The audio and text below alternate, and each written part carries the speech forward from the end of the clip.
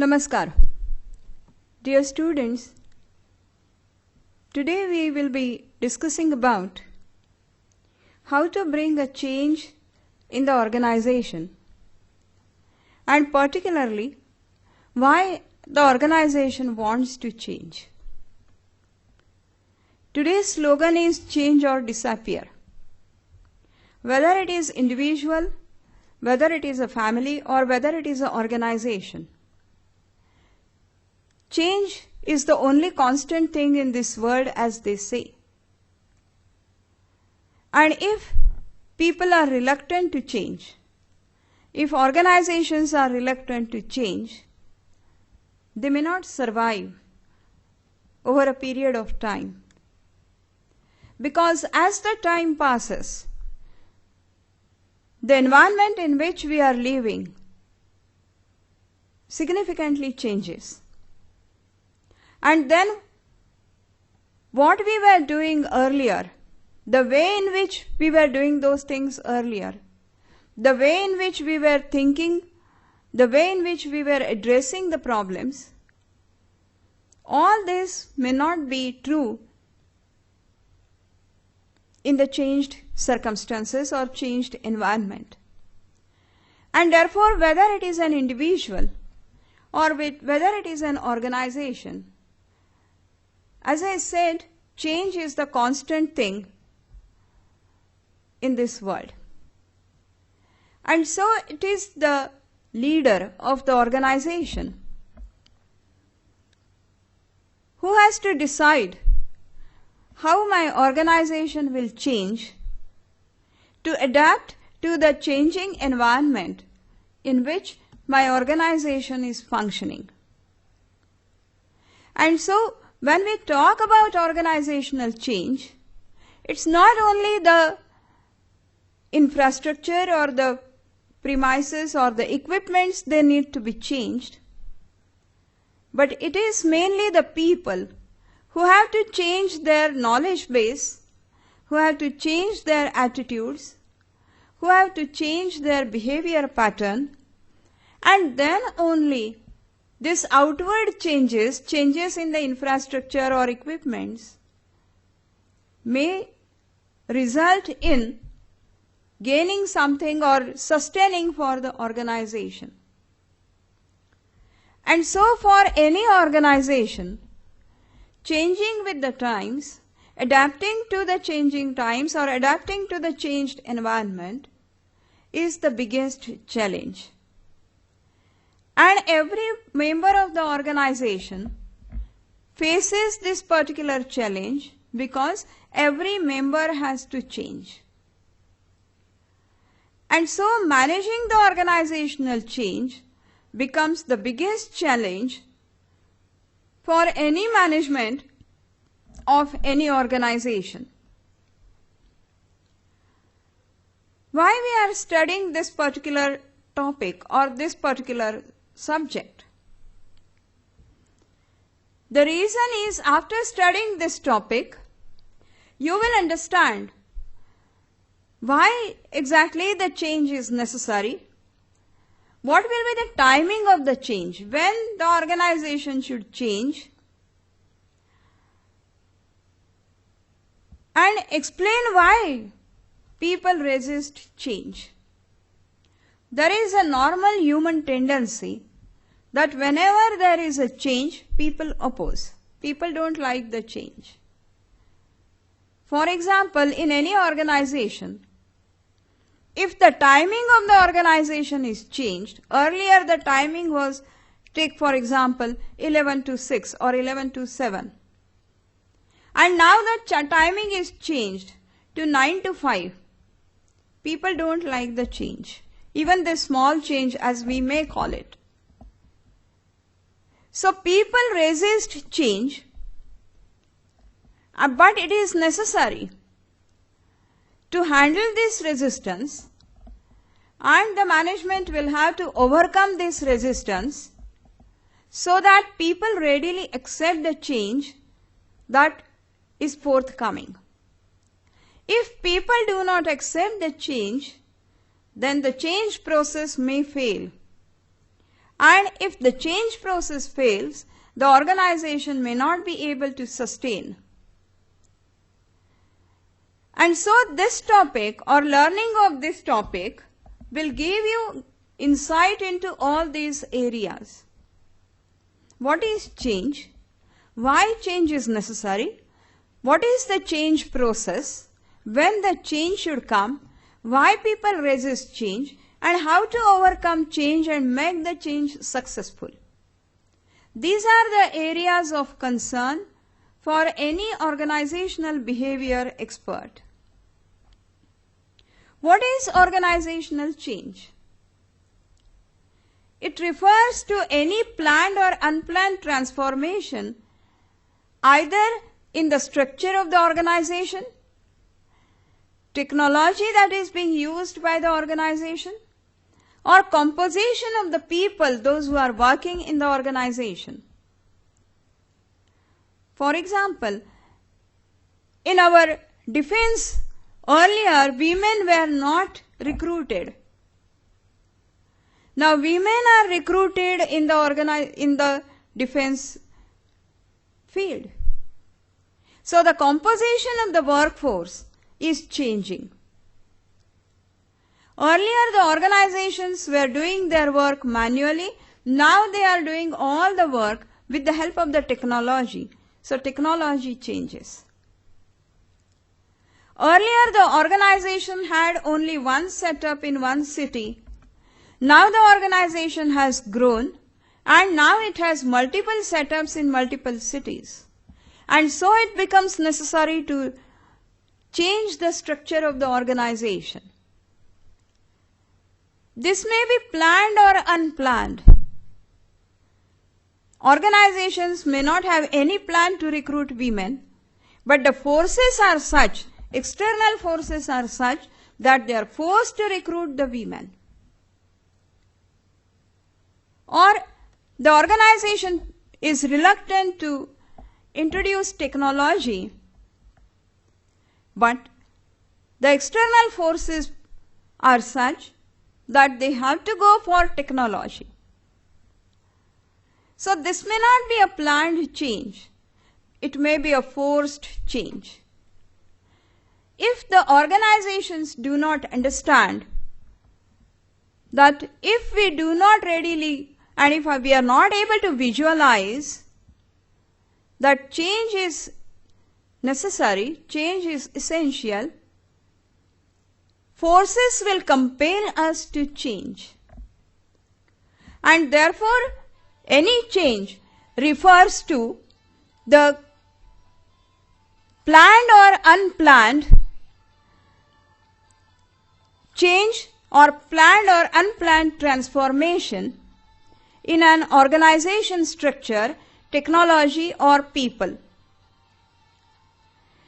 Whether you accept it or you don't accept it, change will occur.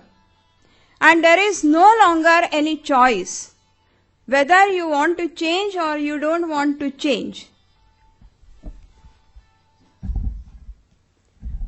And so the issue is how to manage the change. If change is mandatory, or if I don't want to change, still change will come, then the leader has to decide, or the manager has to decide how to cope up with this change. There is always bound to be resistance to change. But this resistance, the leader has to manage this resistance and bring the change successfully. Why change? Why the organization should change? The main issue is whether the managers or the leaders are able to identify the need to change. Manager will have to diagnose whether this is or whether there is really need to change and whether this is the right time to change. The manager needs to find out what exactly is happening now in a particular situation. My other competitors are using technology, and if I am not using the technology, then I may not be able to compete in the given market. So in this particular situation, the manager has to identify that my organization or I need to change. Also, he has to understand what is likely to be or likely to happen in future if change is not made. So, in the given example, how long the organization can sustain for with the old technology or with the manual work. For example, you can take the example of Kodak. Once upon a time, Kodak was the #1 camera manufacturing company. Today, Kodak is no more. The reason was very simple, that the management failed to understand that other companies, other competitors who are manufacturing cameras, they are using altogether different technology and customer choices are changing for using the camera. Result, Kodak vanished. And so you will find that it is necessary for the manager or the leader to diagnose the change or to know what my people would like or what people as customers would like to get from the company or to get from the organization. Also, when he is thinking about diagnosing reasons or to change, the manager or the leader also must know what are the blocks or stopping movement for the organization to bring about this change. We can see the map for the change process. First of all, the manager or the leader will have to identify the reasons for change, the need for change, and the degree to which the change should come. At times, a complete change, as we call it as turnaround strategy, is necessary.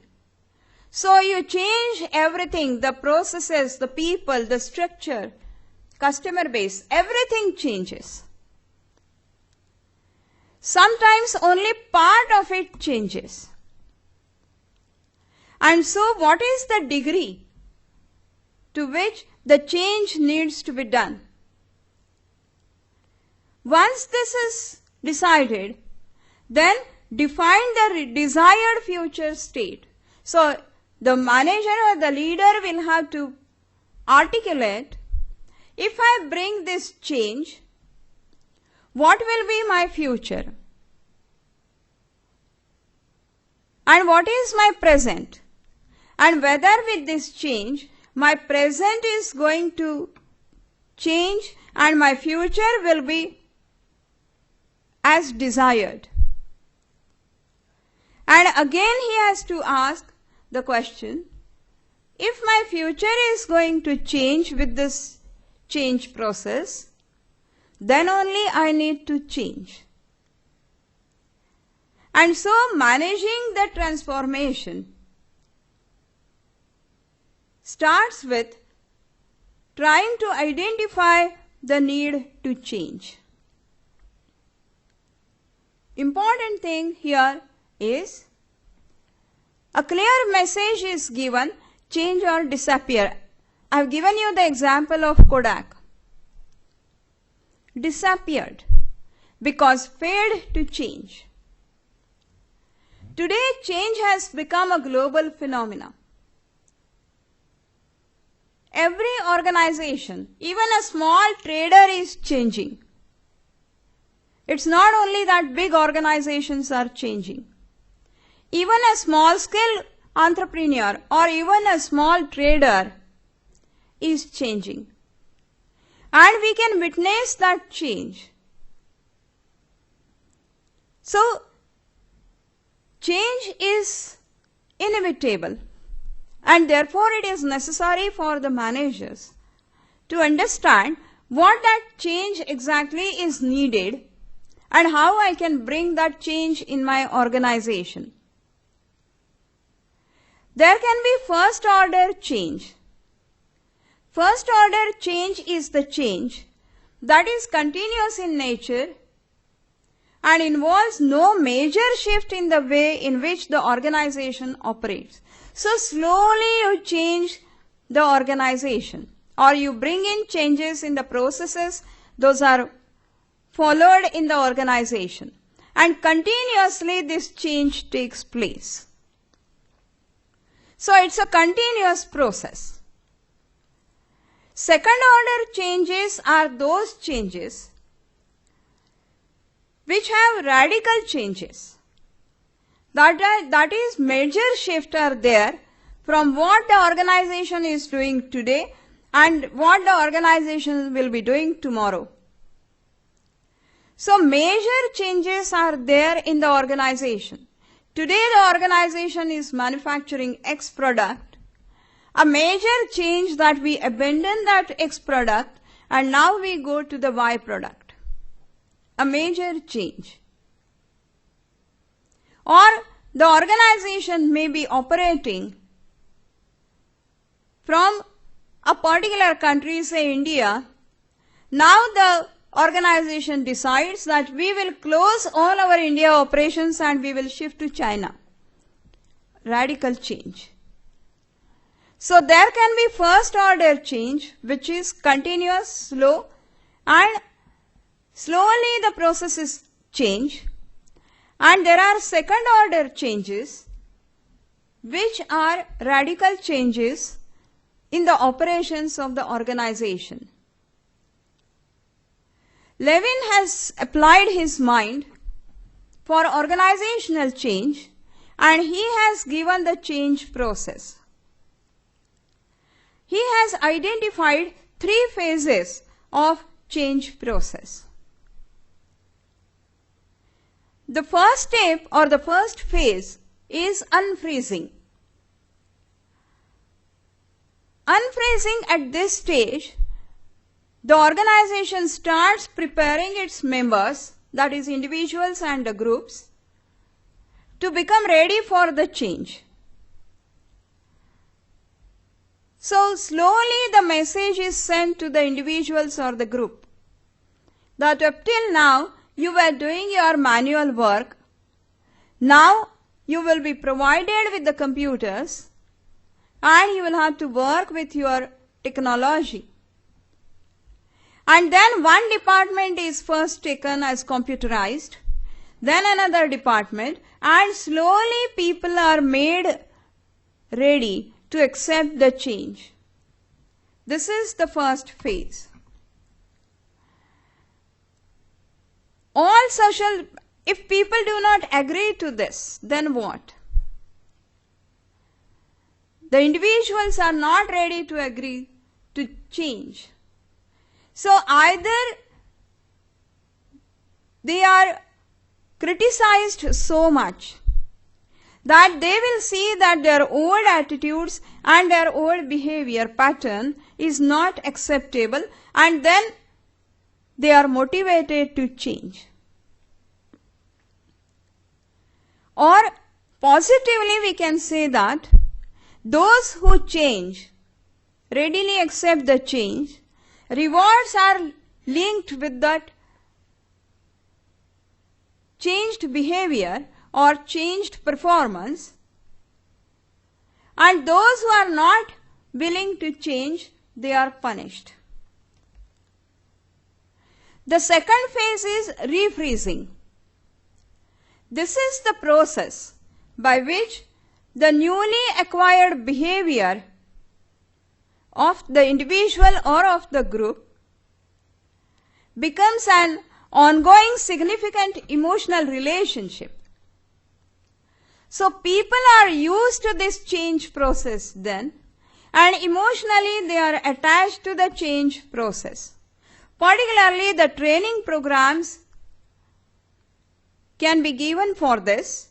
It may have a short-lived impact, but it does definitely work for refreezing. Then there is a force-field analysis. This force-field analysis is a technique which was developed by Kurt and Levin, and they said that in any situation or in any change process, there are both driving and restraining forces that influence the change. Driving forces are those forces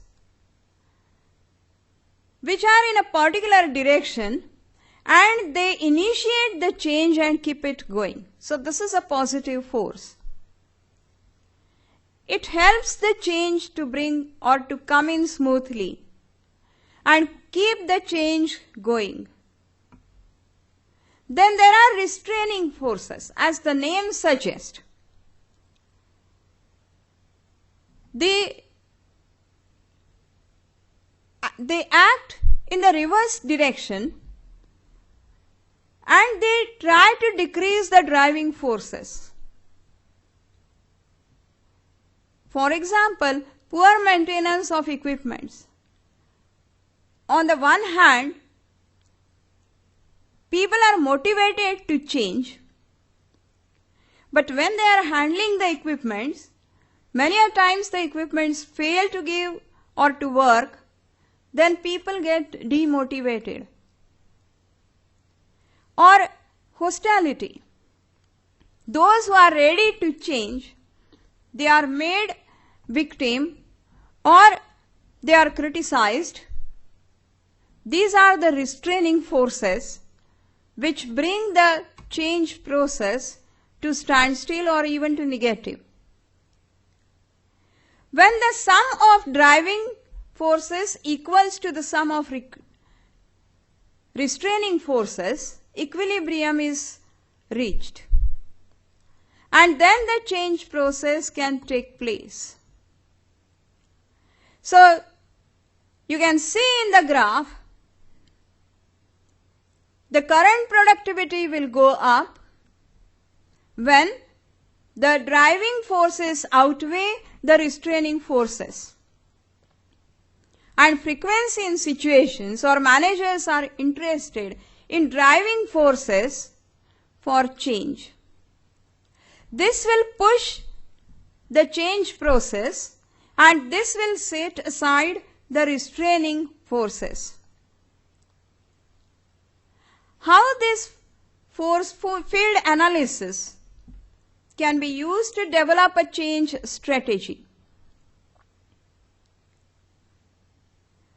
If the managers find that restraining forces are much more stronger than the driving forces and the manager is interested in driving forces to become stronger, then they can pursue the driving forces in the situation. They can encourage people, they can motivate the people, and the restraining forces like poor maintenance of equipment or apathy or hostility, these can be set aside. If the driving force and the restraining force are fairly equal in the change situation, then the manager will have to adopt a strategy of pushing the driving forces deliberately. So, there are a group of people in the organization who are motivated enough to take up the change process or to change. Helping those people, making those people talk to other people and motivating through them the other members of the organization. This is how the driving force can be made more stronger. And at the same time, the manager can stop certain restraining forces. Those who are criticizing or poor maintenance of the infrastructure, for example, can be improved, and this is how the restraining forces, their impact can be reduced. Relash's idea of psychological safety is a major contribution to the understanding of the change process. When the organization is undergoing a change process, there is a complete rethinking going on at all the levels. And this rethinking at times creates two types of anxieties.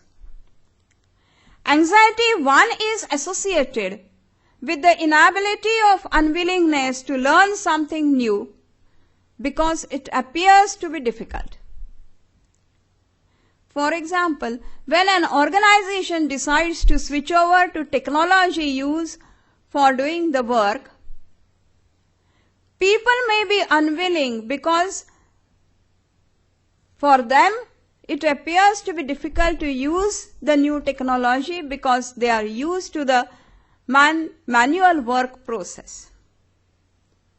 So there is an anxiety in the mind of the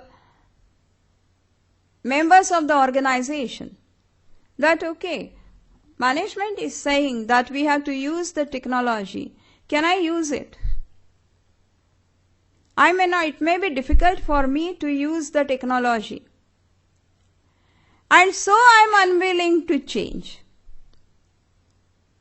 And so this anxiety of people, their inability or their unwillingness because they cannot handle the new job, or they feel that if we do it with technology, it may be disruptive, it may not be in the interest of the people, it may not be in my interest, then this anxiety grows. Anxiety 2 is induced anxiety of continuing to do something that will lead to failure. So there is always an anxiety that if I take up this change, whether I will fail. And this anxiety stops people from changing. How we can bring this psychological safety in the minds of the people? This fear in the mind of the people needs to be taken away. In phase 1, fear of not changing needs to be taken away from the people. The fear of failure needs to be taken away. You will not fail. This confidence needs to be built. And it must go through unfreezing step. People must be given confidence. Their confidence level should go up. That if I take this change, then there may be a very good future for me. This change will not be disruptive. If this confidence is there, then the change may come. Anxiety 2 issues like fear of failure should be addressed first. Before anxiety 1, that it may be difficult for me to cope up with this new change or with this new process. This fear of failure stops people, organization members, from taking up the change or going through the new process. And so it is necessary that this fear of failure needs to be taken away first.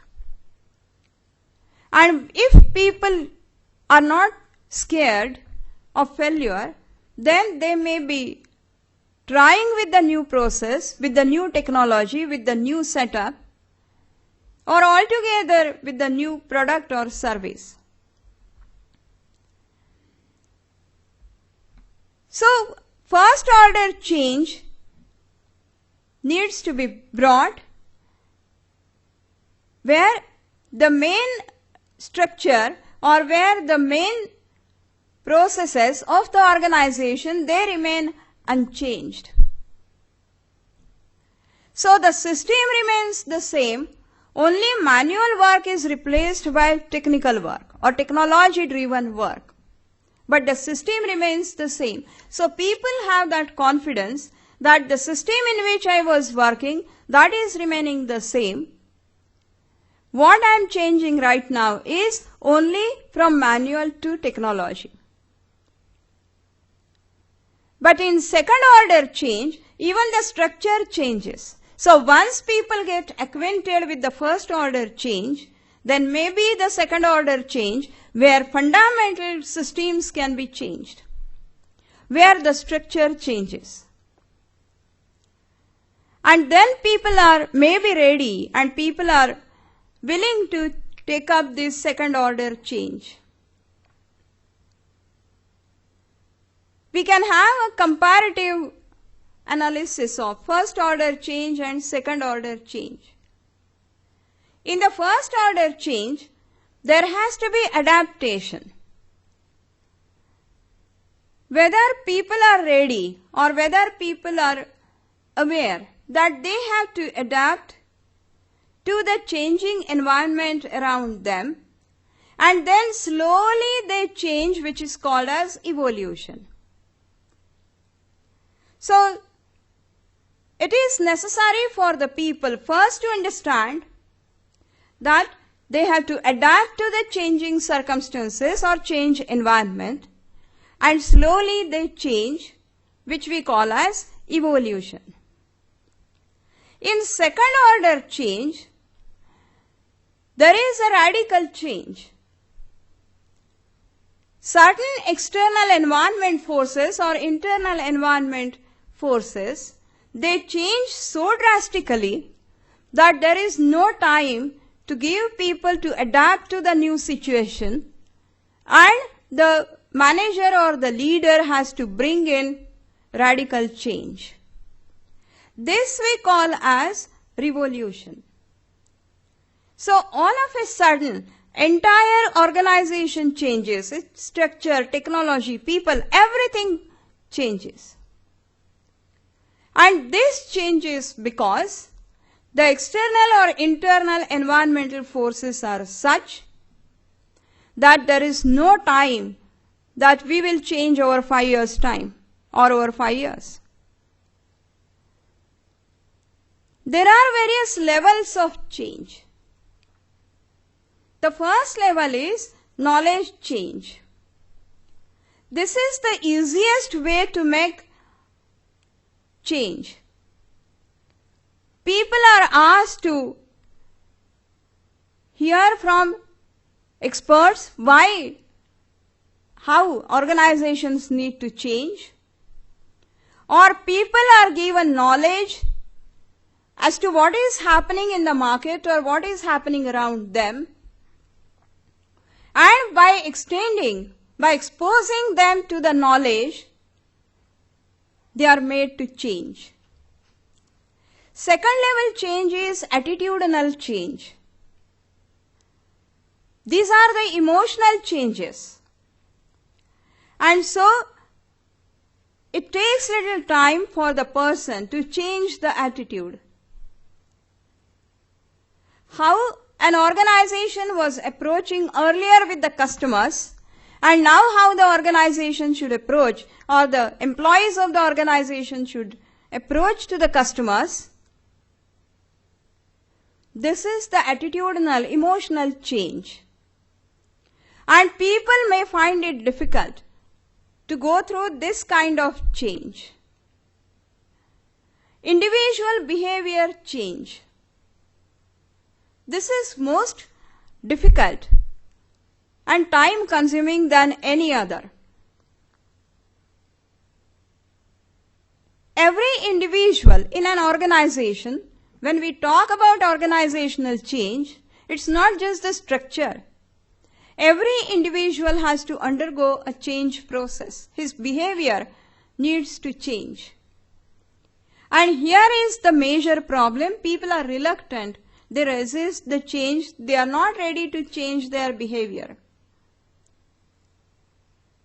Then, group or organizational performance changes.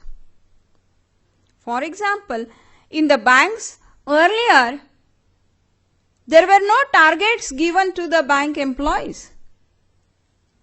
Today, business per employee or deposits per employee is the performance indicator. So, organizational performance indicators change and the individuals will have to adapt to those changes. We can see this in a graphical manner. At a very basic stage, first the person has to change his knowledge base and know that, get aware that I need to change. Once this is there, then the person will have to, or the members of the organization will have to analyze their attitudes, and they must realize with the help of the knowledge that our attitudes must change collectively as a group. And then individual behavior needs to be changed, and along with that group behavior needs to be changed. How we behave in a group, and that change needs to be brought about. At times, the change is directed from the top to the down.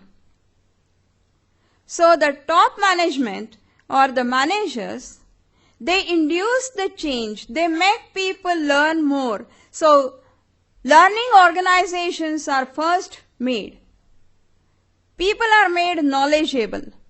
And once they are made knowledgeable, then they can change their attitude and their individual and group behavior. Is there any best strategy for change? There is no such best strategy for change. Because every organization's need for change is different. Every organization's composition of the workforce is different. Every organization's technology level is different and structure is different. Every organization's external and internal environment is different. And so every organization, the top management of every organization will have to draft their own best strategy for the change. And they will have to identify who are the best change agents in the organization. For example, some 10 years back, when in some of the manufacturing companies, Six Sigma as a quality measure was introduced, first the organizations who intended to introduce Six Sigma as a quality measure, they identified people in the organization who can work as change agents. They were trained in Six Sigma, and then through them people were made knowledgeable, attitudes were changed, and then individual and group behaviors were changed. And so the appropriate strategy here, as the example which I have given you, here the organizations chose the strategy first to identify the change agents and through them bring the change in the organization. So the change strategy will depend on the situation of the organization. Participative change can be there or directive change cycles can be there. The example which I given you, it is a participative change. So take people in confidence, those who can be called as change agents. They will be from among the employees or members of the organization, and they are ready to take the risk. They are ready to learn new things. And they are ready to take the risk in the sense that even if people criticize them or they are unable to acquire that particular skill or knowledge, they are ready to try it again and again. And so this is a participative cycle. But there is a directive change cycle. At times, people know that they need to change, but they don't know how to change. Now, there is a need in such a situation of some very strong leader who can direct the people how to change. And this can be called as directive change cycle. So what is recommended action? Recommended action is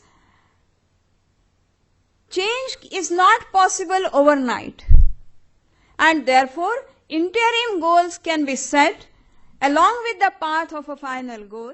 And so we can say that when we are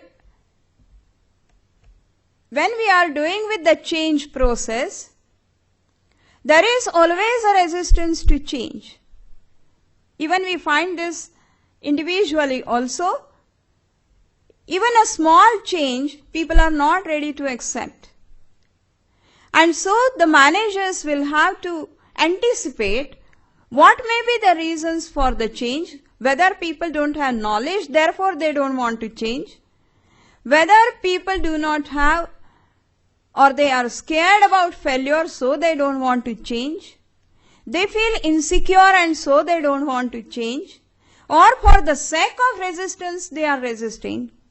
So the manager will have to understand why there is resistance to change, and accordingly the strategy may be designed. But the fact still remains that today, if the organizations do not change, they will not be able to sustain.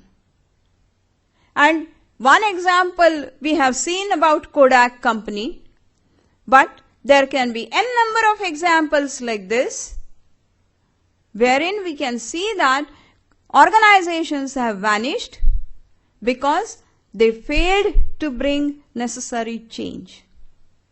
And so it is necessary for the managers to understand the need for the change, when to change, the process of the change, probable resistance for the change, and how to overcome that change. This will ensure that the change process is successful and the organization can go through the change process successfully and achieve the final goal that the organization has set for itself. Thank you very much.